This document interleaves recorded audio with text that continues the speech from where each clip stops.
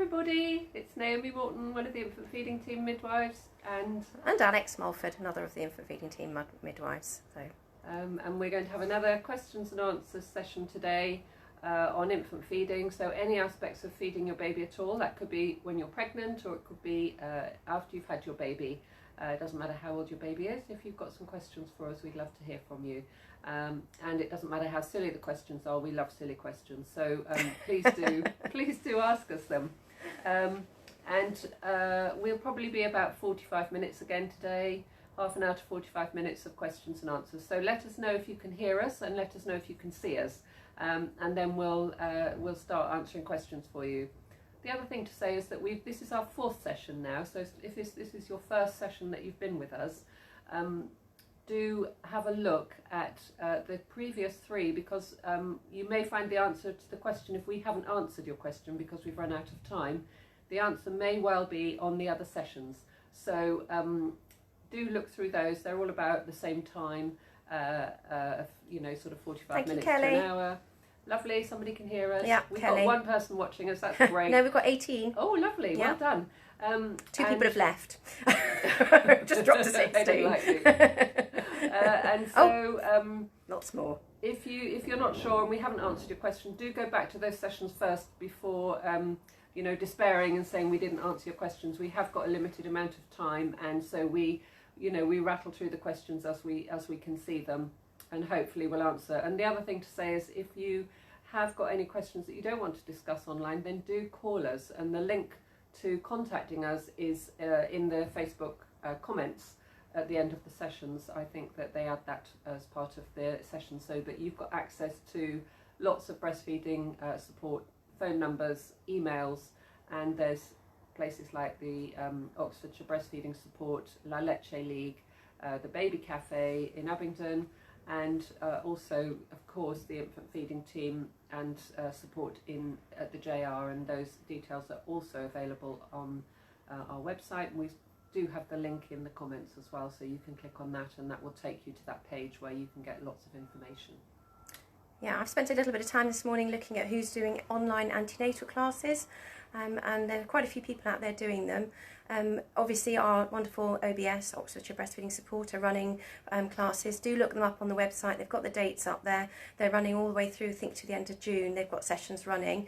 You just sign up for them. The Association of Breastfeeding Mothers are also doing online classes, and that's like a self-guided learning. So I signed up for it today to have a quick look at it, but they're also doing classes. It's a very good organisation, the ABM, Association of Breastfeeding Mothers, and they will provide you with support. They'll give you all the information that you would have been getting if you've been attending a proper antenatal class. So it's an online virtual one, which is really good. NCT are also running classes. They're paid for classes, so the first 2 are free. NCT are paid for. It's a case of looking for availability in your area. It's done on a Zoom basis, so it's limited numbers of couples being involved in those, but they're all out there for you. There is so much support. The support has totally mushroomed onto the online, forums, absolutely amazingly. So much support for you out there. Don't feel you're on your own, and obviously we're here too. So we were going to talk a little bit about establishing a milk supply today. So, and just being aware that milk supply is something that you have to work out. It doesn't just happen. Although you have milk present in your breasts from very early on, colostrum, from the early weeks, and you may leak in the first few days, in the first few months, of the pregnancy and thereon. But it's just to say that once that baby comes, actually you have to work at it. Either the baby's got to be removing it or you've got to be removing it. It doesn't just happen. So if you've got a baby that's really sleepy or jaundiced, you need to put the effort in and just get that milk moving. And the more you put the effort in, the more we get the milk moving, the more milk supply you're going to have. And we're just aware that some people think it's just going to happen. Unfortunately, that's not the case. It's particularly evident when you've got a baby that is not going to the breast as much as we would love it to be. So anything to add on that? Yeah, I mean, the thing is that your body's very, very clever, and it works out what your baby wants. So, in the first few days, if your baby's very sleepy and you don't ask, you are primed to make lots of milk when you have your milk come in, and then the body works out if it's not been taken away, then it will stop making it. So by about day 14, your milk supply will drop down if you haven't done lots of stimulations in the early days. what you might find is, the other thing is that there's something called the FIL, the feedback inhibitor of lactation. It's a little enzyme in your breast milk, and if you don't remove that, so it builds up in the breast if you don't remove milk from the breast, and it tells your body to stop making it. So that's why your milk supply will drop if you don't remove milk. So it's really important, you know, and those of you that have had babies will probably have been told by your healthcare professionals or on the wards, if you were up on the wards with us, that you need to start hand expressing early and remove milk and protect your supply even though your baby's sleepy.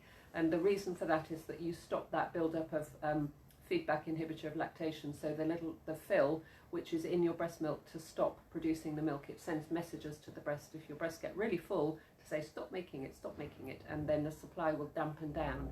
And the early days that you're doing all of those stimulations, in the early days of your baby's life, you are calibrating for 3 months' time. So your supply is being calibrated, the way your baby is behaving, and that's unique to you and your baby and your breasts and your hormones. The way your baby is behaving in those early days is calibrating for long-term breastfeeding. So introducing extra food because you think your baby's not getting enough in the early days will say, actually, I don't need to feed that often, and then your supply will be calibrated as such for when your baby's a little bit older, and your supply, you know, is very subtle. It will change with what you've asked it to do, and it's very important that you just keep that milk removal to make the milk. So Gia's made a very, very valid point here. She's put that her baby had a tongue tie and it affected her milk supply, and breastfeeding was really painful, and the tongue tie was snipped at 12 and 16 weeks. And I can't get it to open the rest of her message, and she was worried about, there we go, it did, I've tried a few times, and it was, so the baby was a bit slow to gain weight. Can you increase your supply, as I feel it hasn't satisfied? He's 7 months. We forgot to turn the bleep off. You carry on talking, Alex. So Gia, I mean, that's a very valid point. We talk about, sorry, it's very noisy, our bleep. We talk about the reasons that a milk supply may be impacted, and it can be that the baby is sleepy, or it can be mechanical because the baby's not removing the milk as effectively as they can do. So in a case with a baby with a tongue ties, maybe they're not removing the milk as effectively as they ought to be, and it can end up with you being sore. So we will always go back to expressing in that instance. So in that instance, we get you to what we call protect your milk supply. So you're establishing and protecting it. And then hopefully that gets you to the point where you get the appropriate support, either that we work on positioning attachment, or we get you to be seen by a tongue tie specialist, and well, we would assess it and then it would be snipped and hopefully make a difference. But it's always protecting that supply. But you're saying, can you increase your supplies now? And he's now 7 months. We never say never, but we know that a lot of what happens with your, as Naomi's just mentioned, is happening in those first few weeks. You really lay your foundations in those first few weeks as to the milk supply that you're going to have going forward. However, good pumping technique can increase supply at any point. So knowing that you pump while you can see milk coming, you don't just wait and you just don't pump for a period of time, that you go backwards and forwards, that you request numerous letdowns from the breast. So if you've got a single pump, you do one until you get no more, you do the other till you get no more, you go backwards and forwards until you get no more.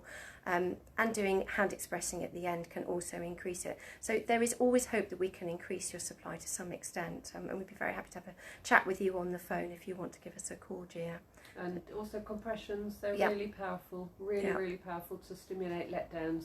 You may not feel the letdowns, and we have talked about that before on some of the other sessions, as we have switching and pumping a little bit. So, we can't say it enough really, that the more you do that, the more that you push your milk into the baby's mouth, and that gives the baby a hit, particularly if it's struggling to use its tongue and its mouth well itself. You will help that, but also you will stimulate numerous letdowns. So if babies are a bit sleepy, it just gives them another big drink and they don't have to work so hard to get it. So that's a really helpful way to make sure that they get more milk at that time, and it will increase that supply, definitely. I hope that was helpful, Gia, and helpful for anybody else who's faced with that situation as well. Have we got any other questions? I think that we need to go back to what your baby's doing as well, because some mums don't think that their babies are getting enough. They feel that their baby might only be feeding for 5 minutes and feeding 6 or 7 times a day, and it's gaining £1 a week, and they ring us worried because their baby's only feeding for 5 minutes. And other mums ring us to say that the baby feeds for 40 minutes. And they're worried and the baby's gaining weight and they may be having 15 feeds in 24 hours. And that's also normal. Yeah. And it's just understanding that a baby is unique to you, and babies feed from 5 minutes to about 40 minutes on each breast. And as long as they're doing the 4 reliable signs of milk transfer, so they're doing all the things that we have talked about endlessly on all of these sessions, is that they're suckling and swallowing, so you hear them suckling, you see them suckling, and then you hear them swallowing, and it's that k, k, k noise that you're hearing when they're swallowing. It's very, very quiet and silky, but you're listening out for those. So, if you can't hear, then turn things down, noise down, music down, television down, to have a really good concentration and listen to see if your baby's actually suckling and swallowing, because that tells you an awful lot. And then you're looking at your baby's wet nappies, and if you're not sure how wet your baby's nappy is, then put 2 tablespoons of water in a nappy and feel how heavy it is. And this is after your milk's come in. So in the early days, your baby will be peeing just a little bit, maybe once or twice in the first day, and then twice on the second day, 2 or 3 times on the third day, and then it goes up to about 6 times in 24 hours by about day 5 or 6, and then it will continue to do between 6 and 8 wet nappies in 24 hours. And that's what you're looking out for. But if you're not sure if it's wet enough, because how wet is a wet nappy, if somebody's asking you, put a tablespoon or so of water into a nappy and feel it, and is your baby doing about that much wee? And that will tell you, what your baby's doing and the expectation of that. The next one is poo, and looking at the poo changing. So it will be meconium. We've got a lovely poo chart for you. Aren't you lucky today? Hope none of you are having lunch. So nice meconium to start with. So that's really sticky and black. It's a bit like Marmite. It sticks to everything, and really stringy. And that's all the stuff that's in your baby's gut when your baby is in utero. So it stops the gut from sticking together when your baby is inside you. And then as soon as you have your baby's born and it has a colostral feed, so it has some colostrum at birth, it's a laxative, and that starts the process of the colostrum being pooed out. And once that's going through, then the milk starts to come in. The milk is not in till about day 3 for a reason. The body is not ready to receive milk until day 3. So the colostrum gradually gets a little bit more and a little bit more, but it's still tiny amounts, but very, very rich and very full of calories, and really beneficial for your baby. It kickstarts your baby's immune system. Total protection. It lines the baby's gut, so as it pushes the colostrum through the baby's gut, it fills all the little pockets and cracks and crannies in the baby's bowel in order to fill all those little bits in. And then it comes out, the colostrum comes out, the body is, the gut is lined completely with colostrum, and all the little bits are filled in to stop any of the allergens in life, the bacteria in life, getting into the baby's bloodstream and into its system to trigger allergies. So that baby is getting the colostrum all the way through its gut in order to protect the baby's health for life. So that first few feeds where they're just getting that lovely colostrum is so important in triggering health protection, and it deciphers baby's health when they're 75. Yeah. Lifelong health. It's lifelong. It's heart disease, it's diabetes, it's obesity. It protects your baby from all of these things in the first few days. All of these things that you do, the skin to skin, that bacterial transference, the bacteria from your skin to your baby's skin, starts that kick-starting of the body, and the anti-bifidus, so the bifidus bacteria, so the probiotic effect protects your baby from pathogens, so that the gut can eat those pathogens that are bad in the gut. They've got like little traffic police in them, the breast milk, called oligosaccharides, and they gobble everything up that shouldn't be there and get them out.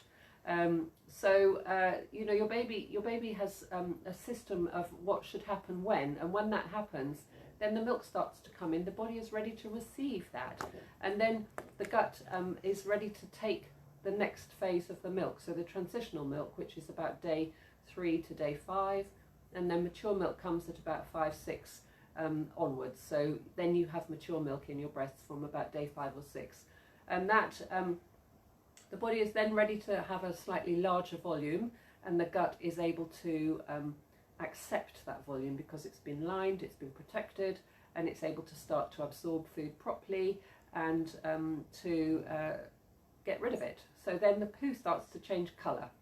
And so you can see on the next one, I'm sure Alex will point it to you, so that it'll go from greeny brown to yellow.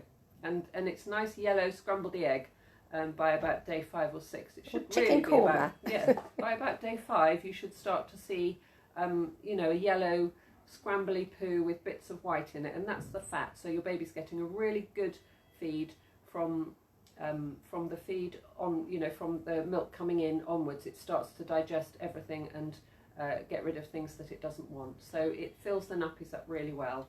And you should be looking at 2 poos a day. So two pound coin, that's the minimum. Two £2 coins a day. Like this. Yeah, not very big. That's minimum. They will probably do poonamis. We see lots of poonamis. They come everywhere. And many of you will have had poonamis all over you at some point in your experience. And they continue to do that until they're about 6 weeks old. So sometimes it's about 4 or 5 weeks, but normally we expect babies to poo at least twice a day until they're 6 weeks old. And then they will poo less frequently, and they may not poo every day. They may continue doing 8 poos a day, but actually most babies will do 2 or 3 poos a day, and that's okay. So when the milk comes in, they may do many more, and you might find that the nappies are very explosive and very full, and very frequent. But as they settle down and their gut settles down, then the babies will poo frequently, and they have sort of a little poo reflex when they put the breast in the mouth, and they sort of poo when they're breastfeeding as well. So that's all normal stuff. Oh, we've got more questions. Sorry. Yeah, we have. Yeah. So Kelly said a couple of questions. My second child is due at the end of July, and I'm planning to breastfeed as I did with my son. He's now 5. I can't remember a few things. What I would like to know is, we'll see more. Oops. Where are we? Oops, I think we've dropped down there. That was Gia. Sorry, folks. This is me. I'd like to know. I'm planning to express and give 1 bottle of my breast milk per day. The last time my husband did an evening feed to allow me to have a bath. How soon after birth can I start expressing? Second question, I remember last time I stored my milk in the fridge but produced loads. How often can you keep it in the fridge? Many thanks. So you can start expressing whenever you want to be honest, and we spend a lot of time getting women to express to establish their supplies. So there isn't really an issue with that at all. The issue is more to do with the baby learning how to breastfeed, and it's really important that a baby spends as much time at the breast in the early days to learn how to breastfeed. Obviously we do have babies that have to have a bottle too, but as much as possible, if we can keep them at the breast, they consolidate what they're learning, and mother and baby learn together. So much as you can be expressing from really early on, if you can get breastfeeding sorted, both of you happy, because it's 2 of you doing it, then actually that you could be introducing a bottle a bit later on if that's what you want to be doing. But the expressing can come at any time. And with regard to the second question, storage of milk. So we say that colostrum can be kept at room temperature for up to 24 hours and then put in the fridge. And mature milk would be 6 hours at room temperature, and then both colostrum or mature milk can be in the fridge for up to 5 days and then frozen for 6 months in a deep freeze. So I remember it as 656, so 6 hours at room temperature for mature milk, 5 days in the fridge and 6 months in the freezer, and 24 hours for colostrum at room temperature. But the best place for storing any milk is always in the baby. And if you end up with lots of milk again next time, Kelly, then, and more than you need, then remember we have a milk bank, and it is well used. It keeps our babies on the neonatal unit well fed, and it also is used on the postnatal wards and really gratefully received by the mums and babies that get it. So, you know, if you do think you end up with a bit more than you need, then do think about donating. So hopefully I've answered that first question. So pumping whenever you're ready, but do consolidate breastfeeding first if you can, please. So anything to add to that? No. Let's see what else we've got. Come back to us if we've got a thank you from Gia. Thank you, Gia. Rachel Louise, would you suggest investing in a breast pump before my baby's born, or wait until you see how baby gets on? My baby was due yesterday. Oh. Well, to be honest, these days when you can get deliveries fairly quickly, although Prime's not quite Prime at the moment, it's not quite arriving the next day, we would often say to women that you could wait and just order on next day delivery. In the first few days, what you're going to be doing is hand expressing. You're not going to be pumping. Colostrum is in concentrate, and Naomi's already mentioned it. It is it is in very, very small amounts. We're talking about tiny, weeny amounts, teaspoons, not ounces. And actually, it's far too gloopy to go into a pump, so we always use 1 ml syringes when we collect it. So the first few days, you wouldn't need a pump anyway, and you would be losing your milk if you used one. So you've probably got time to see if you need one. So possibly hold off on that. And if you don't have any syringes, you can use a teaspoon. Yeah, absolutely. Or you can use a milk cup or anything to hand express into. You don't have to have syringes, but it's they're very self-contained, and you can collect and draw it up. But and easy to give from a syringe as well. Yeah. So, but spoons are also very easy to give from, but they're more difficult to store. So I suppose it's important to say, if we're talking about syringes, not to give any mature milk or transitional milk to babies in their mouth with a syringe. Once your milk has come in, you should be using either finger feeding or cup feeding or bottle feeding your baby with mature milk. Only colostrum should be given to babies orally in a syringe, partly because they aren't suckling, so they can breathe in the fluid and can aspirate it. So we recommend that you just give colostrum. It's sticky and it's such small amounts that it just lines the tongue and the sides of the mouth, and the baby will swallow very, very small amounts of it, whereas mature milk is very runny and it can pool in the corners of their cheeks, and then they can cry and then they can inhale it. So it's not a good way to give babies food after colostral phase. Yeah. Any other questions? Yep. Is 35 weeks too early to start harvesting? Vicky's asking. So we would normally suggest that you don't start till 37. You can have a practice at 36 and then start collecting from 37. Although there isn't any real evidence to suggest it's likely to put you into early labour, there's always that risk. So we tend to suggest that you wait. You could be doing it up to 4 times from 37 weeks onwards. Just bear in mind that at this moment in time we don't have access to a freezer. So if you're bringing it in, bring it in frozen, in ice blocks, and as little as possible. So enough, you're not likely to be in for very long anyway, but think about the storage of it, because it will have to go into a fridge, and if it defrosts and we don't use it within 24 hours, it'll have to be thrown away, I'm afraid. So so just bring a little bit in if possible. But yeah, 37 weeks normally onwards would be a good time to be doing it. So, any other thing else? No? Yeah. I can see. Thank you, everybody. How many times a day should a 3-day-old baby poo? How long's a piece of string? Well, we like it to poo every day. So day 3 is the one where babies don't poo if they're not feeding very well. So if your baby isn't pooing on day 3, you probably need to call your healthcare professional and let them know that your baby hasn't pooed for a little while. It still probably will be a little bit of meconium in some babies. It should be changing to a lighter sort of meconium colour, and it should be browny green by this stage. So if you know your baby's getting lots of colostrum through, and the more colostrum that your baby gets through its gut, the less likely it is to become severely jaundiced, because as they're pushing the meconium through, it gets rid of all the bilirubin, the stuff that makes your baby's skin go yellow. It pushes it all out. So if babies aren't pooing, they're not getting rid of it, and it's sitting in their gut, and they do get more jaundice. So that's one of the reasons we say give lots and lots of colostrum. Keep giving it, even if your baby isn't going to the breast. Just keep giving express colostrum as much as you can, just to push everything through. And then your baby should poo at least twice a day. At least twice a day. So on day 3 you should be seeing poo. If your baby is not pooing and you're day 3 today, you perhaps ought to ring your midwife and ring up and talk to somebody and make sure that they can help you feed. Or give you some advice on the phone, and you can talk through with them if your baby's not doing that. It's part of the 4 reliable signs of milk transfer. We've talked about the suckling, swallowing, the peeing, the changing of the poo. The last one is the weight. So if your baby isn't doing the first 3, it's less likely to have gained as much weight as we want. And most babies that aren't pooing very well and aren't feeding very well can be losing more weight than we want them to on day 5.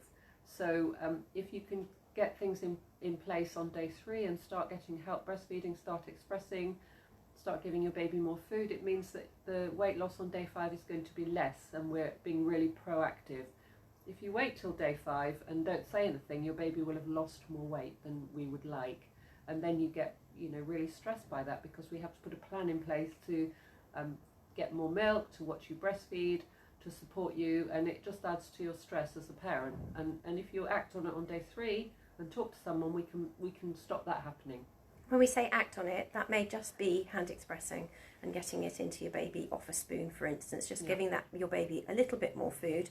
And what that will do is links in with what we were talking about right at the beginning, which is establishing your milk supply. Because if your baby's not removing the milk from the breast, the breasts don't know they need to be making it. So it's thinking about if your baby's not meeting those 4 reliable signs, it's not at those stages, then actually just adding a bit more milk in. So a bit of colostrum. So Hand Express does 2 fantastic things, because it establishes your milk supply and it provides that little bit extra for your baby. And a baby that is reluctant to feed, maybe a bit sleepy, the more we get in it, the more they wake up, the more they feed, and it's this fantastic circle, as opposed to being a vicious circle where they feed less and less and less, become slightly jaundiced. So just getting a bit more food in may just turn it around. And I think you can tell the difference when we talk about the changing poos. It's easier to get off the bottom. It's changing colour, so it might be that you can see it's slightly different. The picture I picked up earlier, you would see it starts changing colour around the edges. But one of the good indicators is it's much easier to get off the bottom. Meconium is impossible. It's like trying to scrape Marmite off with cotton wool, whereas when you're getting to changing, it will come off quite easily. Might leave a green stain. Anyway, so that was that one. And it might be that you start pumping on day 3 if your baby hasn't pooed, so you start to, be more proactive about stimulating your breasts and getting more food. And it might be that the midwife suggests that you do a bit of pumping by the end of day 3, day 4, so that you can get milk into your baby that way as well. Oh, you've got someone who knows you here, Naomi. If I can get it to open. It doesn't like opening the other half of the message. Brilliant. So we've got Nikki Breslin Booker. I'm sure I recognise your name as well. Second baby due soon. Lovely. I remember Naomi helping me to teach my daughter, now 2, to feed nutritively following a traumatic time with weight gain and issues and undiagnosed tongue tie issues. Will someone be able to check my new baby for tongue tie before leaving hospital? When's your baby due, Nicola? Do we know? Nope, not put on there. But so, difficult times, very difficult times. We have no clinics at the moment. If you had lots of problems and you're coming to Oxford to have your baby, then you could possibly give us a call, get the midwives to give us a call, and you can talk to us, or you can ring us up and have a conversation with us before you have your baby, so we can put a plan in place for you when you do have your baby, so you're not worrying about that before you go into labour. Let's put your mind at rest. So the details of how to contact us are going to be on the comments box, and if you can't see them immediately, they'll be on the other comments boxes as well from the other 3 sessions we've done, so it should be easily available. Phone us up, we'll put a plan in place with you, but certainly get help quickly when you've had your baby, so that we can support you and get a plan in place before you go home. All right. Yeah. So lovely news that you're coming back to us. Hopefully it'll be a trouble-free time this time. Yeah. But we've got someone on every day of the week, Monday through Sunday. Yeah. So there will be someone around to come and have a chat with you. If it's later in the year, we may have some facility to do face-to-face. But at the moment, we are mostly doing telephone contacts, and we have got occasional video link that we can do. It's dependent on our camera that we can get to do FaceTime with you. Well, hopefully that's helped, and good luck, Nikki. We look forward to meeting you again soon. Lovely. Thank you from Kelly. Carla, my newborn baby hasn't pooed for 2 days. What else can I do? More milk. Try some expressing. If you're concerned, Carla, I don't know how old your newborn is. Perhaps you could just give us a call. Are you just breastfeeding, or are you giving some I'm not sure we'll be able to formula see. as well? If your baby's getting formula mixed with breast milk, sometimes they don't poo. If they've got breast milk and formula going in together. The good thing is, if you give your baby formula and you're giving breast milk, is that the breast milk helps to digest the formula in your baby's tummy. So that's a real positive, that it supports the digestion. Sometimes they get a little bit constipated if they are getting formula as part of their food with breast milk. But mostly we expect babies, and you should be talking to somebody if it hasn't pooed for 2 days. You should be on the phone talking to your midwife. If your baby's in the early week, first 10 days or so, you should be talking to us, definitely. Looks like Carla got some help from further down anyway, so I'll catch up with that one in a minute, but it sounds like things were going a bit better. Brilliant. So Ice, hope I've said your name right. With my first one, I could not breastfeed as he rejected, and I didn't have much support to overcome that problem. I kept feeding him by expressing with a bottle. With my second one, I'd like to...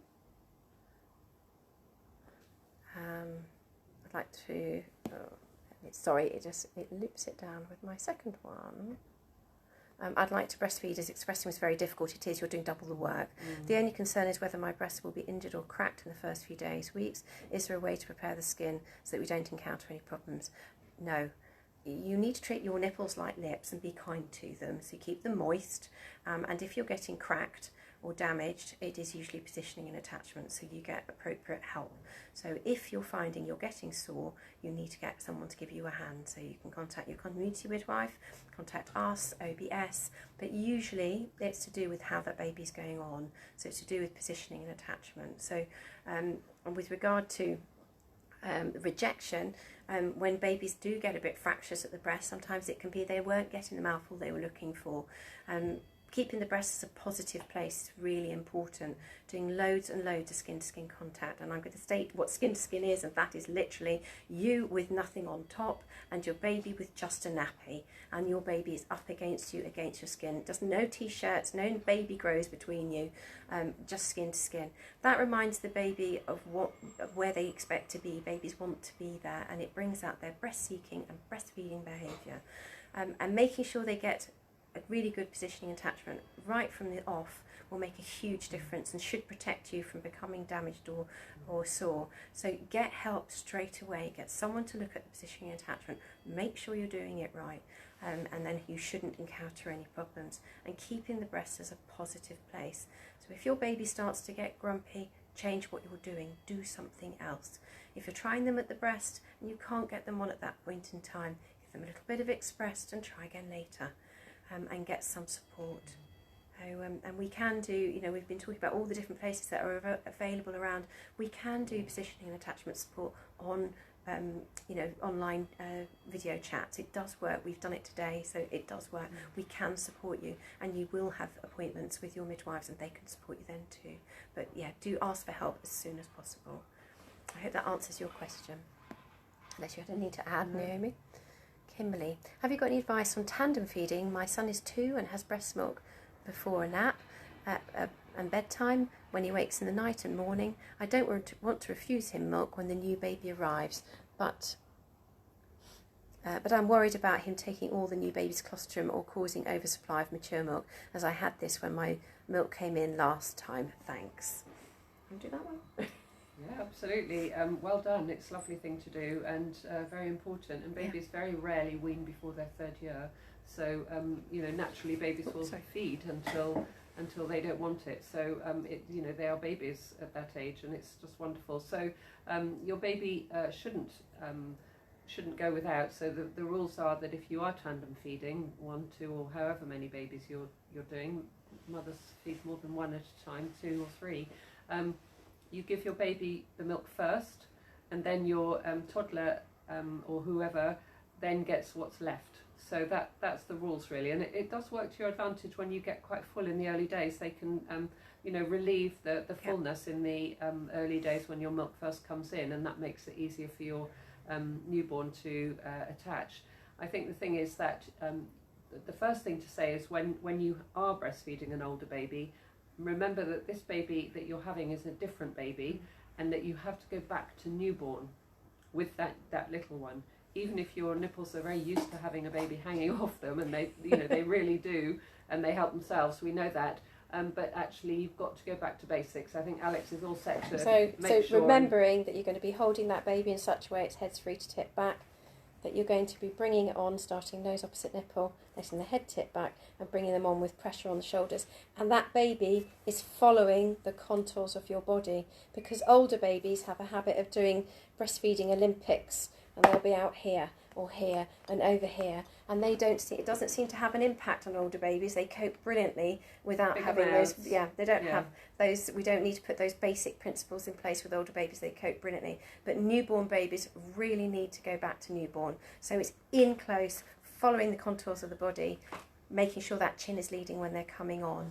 And so we often find when it comes to the second one, when the mother's fed for a long time with the first, that we just have to bring that baby back in again, because they're so used to feeding a baby that puts itself on, and it's over here and over there, and it's all over the place.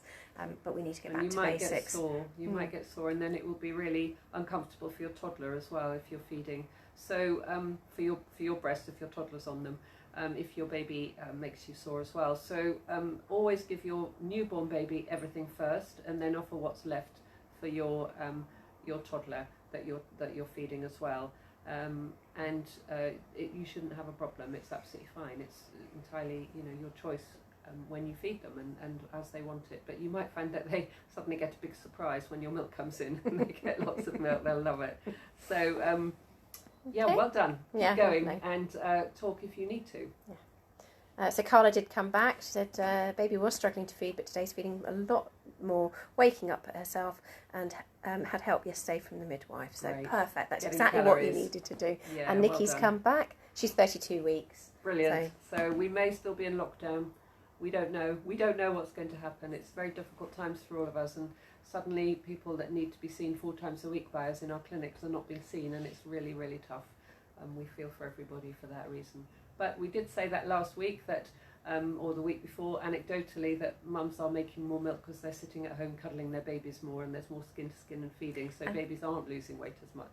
And there isn't that pressure on you. And some of you that have been writing in have got older children, and I know it's tough to be stuck at home with. I did a fantastic conversation with a mum the other day, breastfeeding support. She had 2 older children. She had one of them holding the phone, but it was quite challenging. And I know it's really hard to have your other children there. But there again, you're not being expected to run around doing all these other things that we do with older children at the moment. So it is taking that one pressure off you. And the mothers who are having their first babies, there's no pressure on them to get out to groups, to coffee with friends, to have visitors they don't particularly want.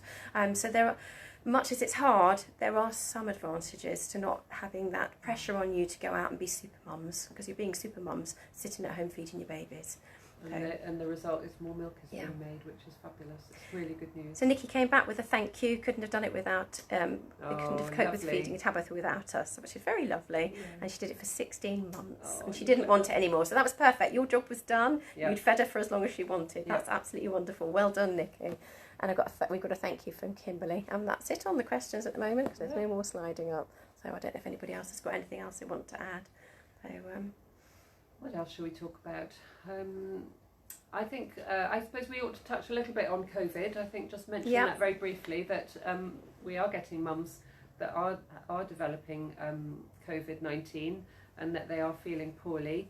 I think the guidelines are to keep your baby with you at all times, and if you are poorly and coughing when you're breastfeeding, we suggest that you get a face covering, a face mask to protect your baby when you're breastfeeding, but you don't stop feeding your baby and you don't stop cuddling your baby.